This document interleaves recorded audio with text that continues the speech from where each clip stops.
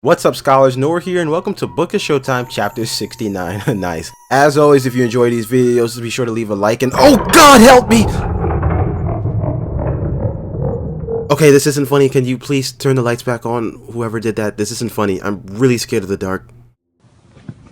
Who's there? Leave me alone.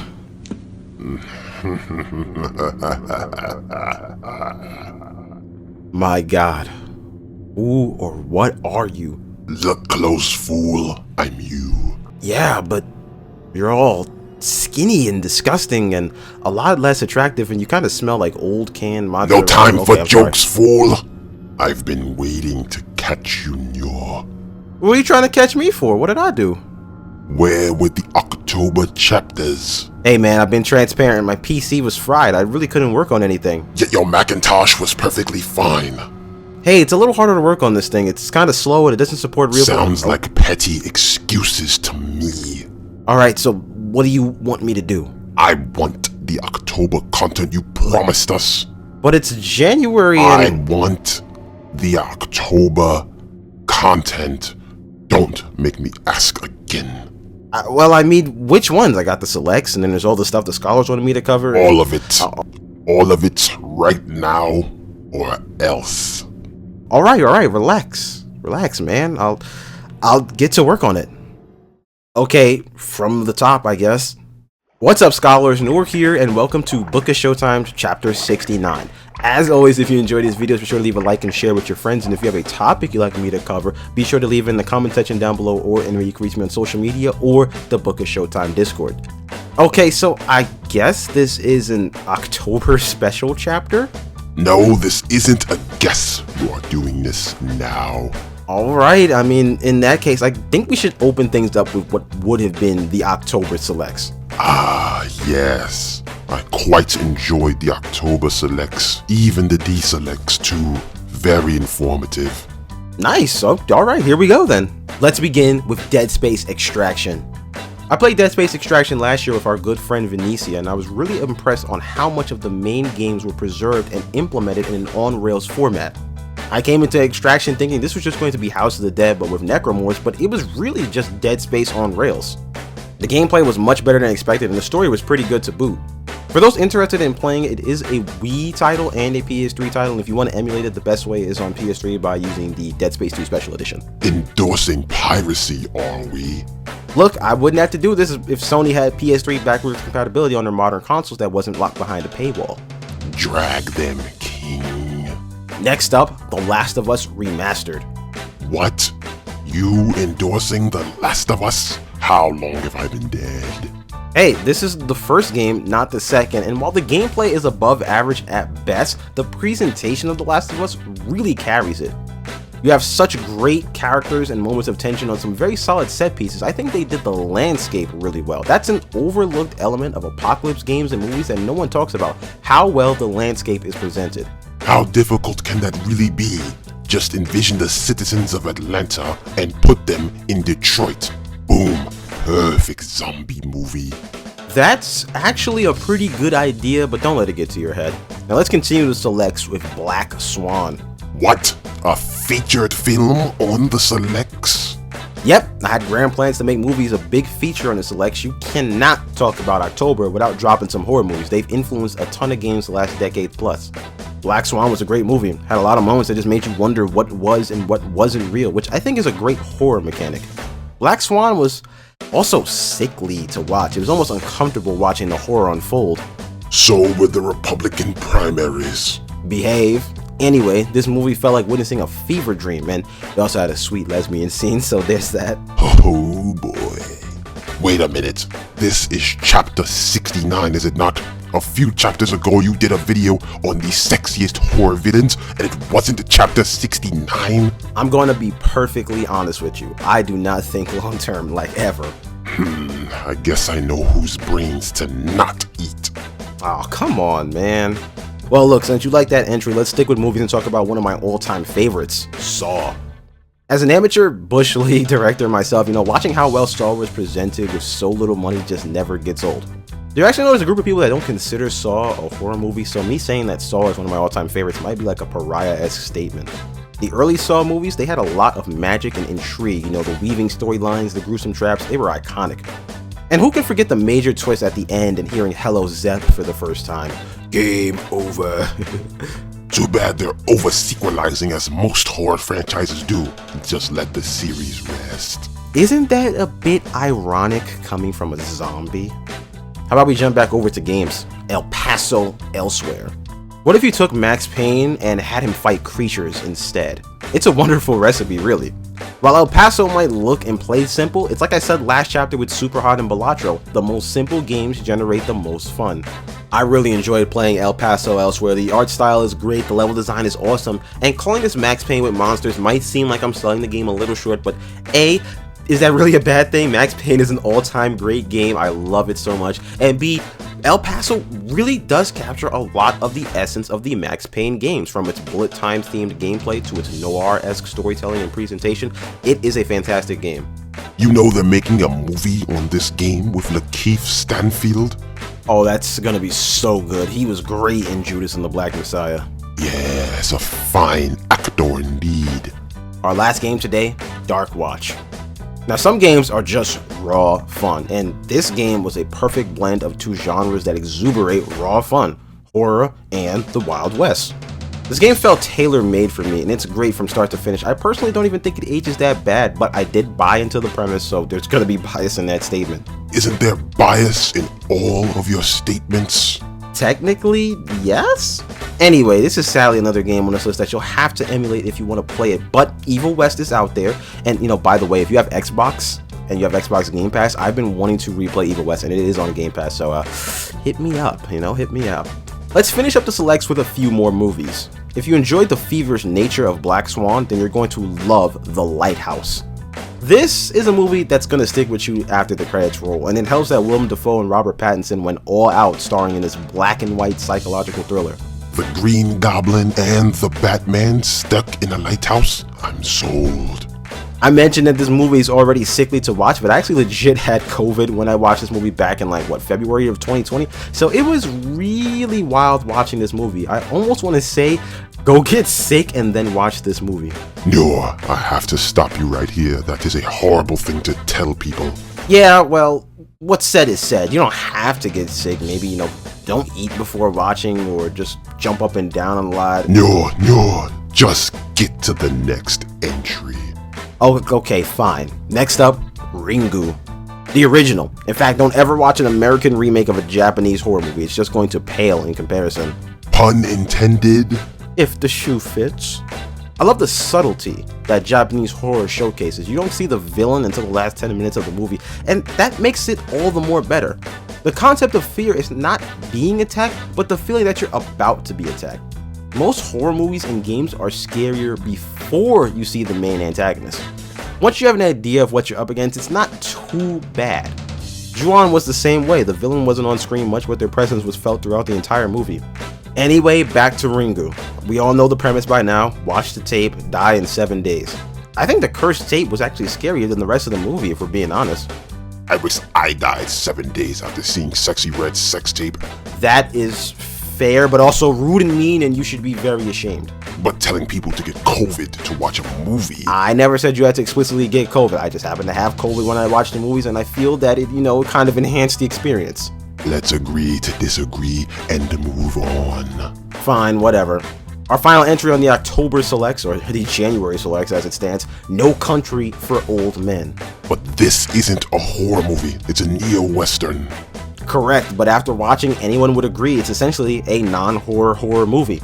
That isn't exclusive to just games, Anton Sugar is just as scary as, let's say, Jason Voorhees or Dracula, and even more scary because someone like him can be real. His violent, psychotic nature and unnaturally calm demeanor make him quite horrifying. The lack of a score in this movie just further serves to add more tension to every scene. There's a lot of times when watching this movie that you might forget to breathe as you watch the events unfold. I have to say, I agree. See, we can get along. I'm literally making this chapter under duress.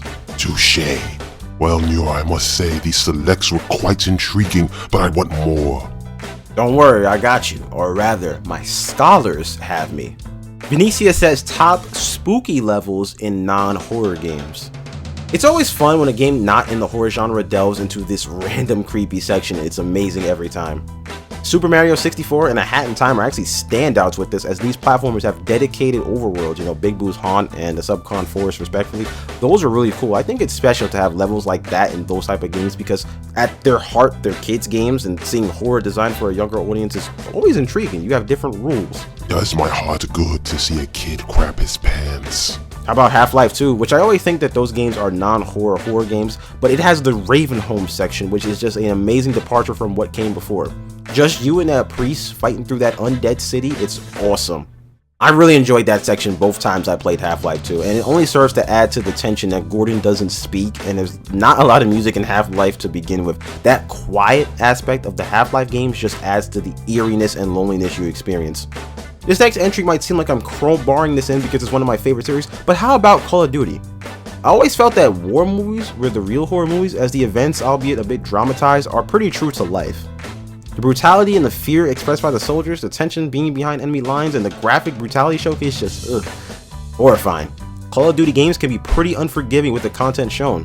And if that's not enough, how about all the MK Ultra stuff in Black Ops 1, Cold War, and 6? In the twisted D&I storyline in Black Ops 3, these games might not be traditional horror, but elements of the story are kinda uncomfortable in that regard. Don't forget about the zombie modes. Of course, how can I forget? I'm a huge Call of Duty Zombies fan, and the Zombies modes always have this Return of the Living Dead feel to them. Does anybody else feel that? It's silly, but it's serious. It's Cerealious. Yeah, I don't like that either. Call of Duty World War II actually opted to take the Zombies mode down a much darker and horror-infused route, which I respected it, but I really didn't enjoy that iteration as a whole. How about the original Uncharted? Near the end of the first game, it goes completely off the rail when it introduces these new monsters you have to fight out of nowhere. And what's funny is actually my friend Amy's reaction to finding this out when I uploaded a clip to Twitter. It's like, lady, how do you think I felt? I'm just fighting these miscellaneous thugs and hired guns, and all of a sudden there's demons out to get me. So now it's just a big Royal Rumble in the jungle. And don't feel bad if you're an Xbox gamer, because there's something similar in the original Halo. The game is just going along normal, you're facing off against the Covenant, and it's just, a run-of-the-mill space dude fighting aliens game, and then suddenly you encounter the Flood. This nasty parasite that takes over everything it can. It helps that in both these games, the areas you encounter these enemies in for the first time are dark and confined, making the tension that much thicker. Entity also mentions the Undertaker stuff in SVR 11, which, yeah, that creeped me out a ton. I think I mentioned this before, but I like Entity, so I'll bring it up again. Back in the late SmackDown vs. Raw era, you had these story modes called Road to WrestleMania, and in SVR 11, one of them was taking a created wrestler against The Undertaker to end his streak, but The Undertaker responds by doing all this dark, twisted, supernatural stuff. It really creeped me out as a kid. I had to play with my door open. I was so scared. Finally, I'm going to wrap up this question with Batman Arkham Asylum. Ah, yes. I thoroughly enjoyed the Scarecrow sections. Those are good, yes, and it's probably what everybody's going to think about when I mention Batman Arkham Asylum, but the real horror sections to me were venturing into Killer Croc's lair late in the game. With the Scarecrow segments, you know it's going to be creepy and trippy. We expect that from Scarecrow. But against Killer Croc, this was real. We were defenseless, and we had to sneak around and try not to make too much noise. It was a very refreshing departure from what we've done to that point. Well said, Showtime. Well said. Venetia also asks scariest horror movie animals. I'm going to sort of deflect that question and go to TV and say that the sea bear is the most intimidating monster. Ah, yes indeed, the sea bear. Quite a dangerous and unforgiving beast. Thankfully, I've drawn an anti-sea bear circle to protect us. Good thinking, you can never be too safe. Finally, Venetia says top witches in media. Don't be mad, but I'm actually not that much of a witch expert. I can't think of any besides Bayonetta. You can't be serious. Hey, I'm be honest, I've never been intrigued beyond the aesthetic, but I can't say that my favorite witch in general is you, Venetia. I don't think I'd be half the person I am today if it wasn't for you being such an anchor in my life. You're like the perfect person too, so talented, and I got a lot done last year with Book of Showtime and the Revenge Tour because you were there to help. Oh, that's nice. That almost makes my heart beat. Entity asks, favorite cults in media, whether it be TV, games, movies, or other. Well, I don't have one that I like. I mean, I could say the Manson family, they had some baddies in there, but I don't know how the hygiene was with those hippies. No, back in... they said in media. Media. Ah, right. You knew. help. Well, look, I really don't have any favorites per se, but I mean, there are cults that I like to fight, like the Unitologists in Dead Space. They were complete loons, and I was glad to be able to get into some shootouts with them in Dead Space 3. How about the Project at Eden's Gate, or the Peggies in Far Cry 5? You know, that was a great game. Story was meh, but you know, going around and doing all the missions was really fun. I think Joseph Seed was one of the better Far Cry villains. I like the villains that think they're the good guys. Finally, any cult-based list can't be complete without mentioning Los Illuminados from Resident Evil 4. Both the original and the remake are up there as my all-time favorite games ever, so I've spent quite a bit of my lifetime taking them down. I'm slowly replaying Resident Evil 4 remake at the moment, and I cannot wait to get into the casual section. I'm shocked it took you this long to talk about Resident Evil. I know, I'm kinda shocked too. So what do you think, Demon Spectre Guy? Do you like this chapter so far? I do, but my hunger persists. What else do you have in store for me? Well, we talked about scary levels in non-horror games, but how about shouting out a few non-horror horror games? I think BioShock fits the bill. No one really brings up BioShock when you talk about great horror games. Some people may just have it as like an action sci-fi FPS, but it has every element of a horror game. Hostile environment, check. Most everything and everyone is out to kill you in Rapture, not to mention all the traps, puzzles, and the derelict nature of the city. Foreign environment, I mean, Rapture is an abandoned underwater city. It doesn't get any more foreign than that, check. Fish out of water protagonist, check, no pun intended. Silent protagonist, tension, outnumbered, outgunned, playing on phobias, check, check, check, check, check. Plus, I know we all clenched up the first time we saw Big Daddy lurking, right? Yes, what glorious fights those were. They were tough, but anything to save the little sisters, right? Save? No way you killed those poor little girls. It was them or me, fool. Anyway, Venetia, this one's for you. The Legend of Zelda: Ocarina of Time. I thought you hated that game. Man, I beat the game, I'm over the hate. Plus, you know, I saved most of my game hatred for The Last of Us 2, and it's uneducated street dog fans who think it's the greatest thing since sliced bread. Try playing literally anything else, but I digress. Legend of Zelda series as a whole has some standout temples and sections that can push things into the spook zone. It doesn't sound too crazy, but the reasons I'm including Ocarina of Time are 1, the Forest Temple, and 2, the overall mood and some of the enemies in the game. First off, let's take a look at the aforementioned Forest Temple. Venetia always pointed out to me how dark and twisted this temple was. Literally twisted, there's plenty of actual twisting corridors. This place also looks like a creepy old mansion too, and it's filled with a lot of dangerous puzzles. It's almost like a touch of Resident Evil is mixed into this game. The music is pretty eerie too. It actually doesn't even feel like the music is of this ethereal plane. It's like the temple itself is projecting it to damage your psyche. If I never have to hear those tunes again, it would be too soon. Well, soon enough you face off against the boss, Phantom Ganon, as if Ganon wasn't bad enough himself. Venetia also tells me the Shadow Temple is pretty twisted too, but that's for another time.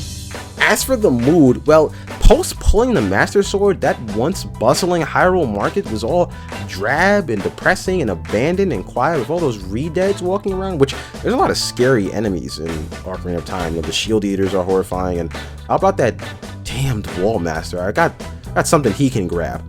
Back to the overall mood though, you know, a lot of terrible things happened to Hyrule in the 7 years that Link was gone, which is pretty melancholy to think about. You know, all the people who had to perish just waiting for him to return. So what you're telling me is that Link is kind of an a-hole? Kind of, you know, a little bit. One last thing before we end, I want to give a quick editorial on Left 4 Dead 2 and why there really hasn't been any game on its level since, or anything remotely close. What about Vermintide 2? I've mentioned Vermintide 2 in the past, yes, but even then it still pales in comparison to what Left 4 Dead achieved in terms of fun and replayability. Vermintide, Back 4 Blood, World War Z, the Anacrusis, Zombie Army, they've all tried to capture the magic that Valve did 16 years ago. And you know what the one thing is that makes Left 4 Dead 2 so much more better? Tell us, Boyd. It's simple. That's it. There's no classes, perk decks, leveling systems, none of that. Not even cosmetics. You pick your character, you load in, you play the game, that's it. Nothing more, nothing less. You start with a pistol, you can find some SMGs and shotguns off rib, you can take an extra pistol, you can take a melee weapon, then you can maybe find an assault rifle or an auto shotgun, you find other things to help, but it's all random. In all the games I listed, they overcomplicate things by adding too many layers that strip away the arcade feel of Left 4 Dead. Even the story is simple, it's minimal, but it's still told well enough through survivor interactions and various graffiti left around the city. Every other game, it's too deep, we never needed that much. Developers are falling into the trap that you have to be a complex game, when in reality, you don't. You just really need to be a fun game. If you truly want to recapture the magic of playing Left 4 Dead, which might be impossible, just keep it basic. Left 4 Dead didn't even have the best graphics or run at 60 frames on Xbox, but it's still a banger because the game is raw fun. I can load up Left 4 Dead 2 every year and get a different experience, and on top of that, even after the campaigns, there's so many modes to play: versus, realism, survival, scavenge, all the mutations you can do. Tell us how you really feel, Noor. I'm sorry, I just want to shoot zombies and have a great time. It's really not that hard. Alright, that's it. That's all the October content I had cooked up before my PC died. That was very satisfactory, Noor. But this upcoming October, I expect more from you. I promise, I should have a new PC by then and we can really get this fun in.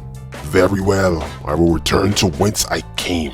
But remember this, Showtime, the spirit of Halloween persists well past October 31st. As long as we horror enjoyers exist and spread the word, October will always be perpetual. Till next time. Thank you so much for watching. Inshallah, I will see you in the next chapter.